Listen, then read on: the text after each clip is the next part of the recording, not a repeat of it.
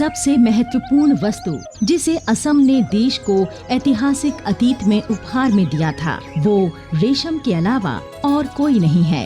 प्राचीन काल में भी असम को रेशम से बने कपड़ों के उत्पादन के लिए मान्यता दी जाती थी।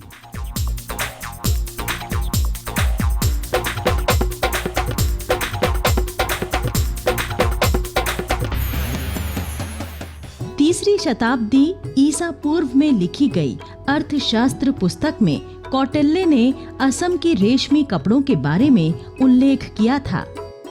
7वीं शताब्दी में लिखी गई संस्कृत पुस्तक हर्षचरित के अनुसार असम के तत्कालीन शासक ने राजा हर्षवर्धन को उपहार के रूप में बहुमूल्य रेशमी वस्त्र दिए थे।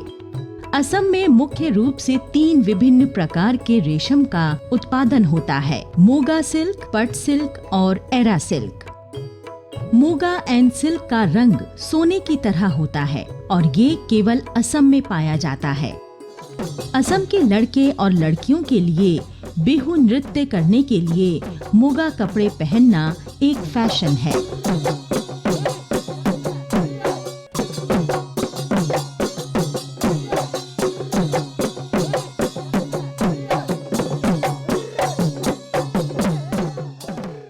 चीन में लगभग 3500 ईसा पूर्व में रेशम की खोज की गई थी। असम में रेशम ने 2500 ईसा पूर्व में प्रवेश किया, जहां से ये भारत के अन्य हिस्सों की ओर बहुत बाद में आया।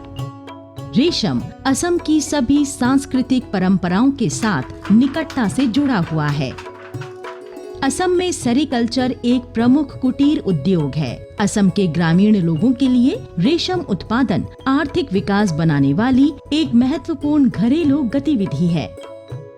ये 10,532 से अधिक गांवों में प्रचलित है और 2,60,000 परिवारों को स्वरोजगार प्रदान करता है। असम में 4,645 metric ton ERI silk, 157 metric ton muga silk और 59 मैट्रिक टन शहतूत रेशम का उत्पादन होता है।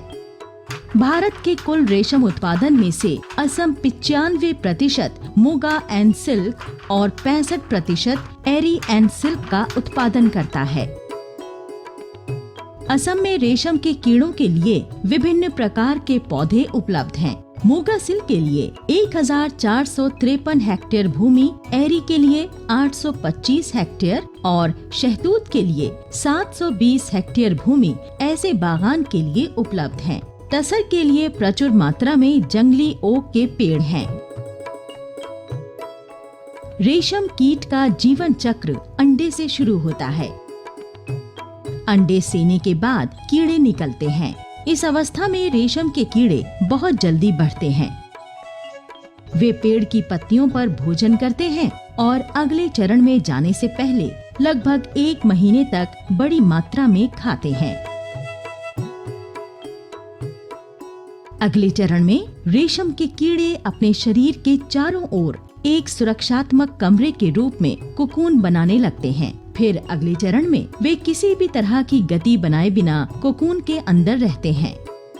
अगले चरण में रेशम का कीड़ा एक वयस्क कीट में बदल जाता है और वो कोकून से बाहर आ जाता है। मादा कीट दोबारा अंडे देती है और इस तरह रेशम का जीवन चक्र एक बार फिर से शुरू होता है। रेशम को सूरज की रोशनी में रखने के बाद अलग किया जाता है।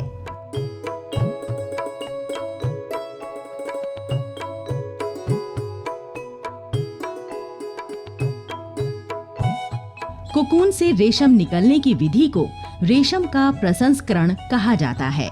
फिर रेशम को ब्लीच किया जाता है और इसके बाद रेशम के धागे बनाने की प्रक्रिया शुरू होती है। रेशम के उत्पादन में आधुनिकीकरण शुरू हो गया है।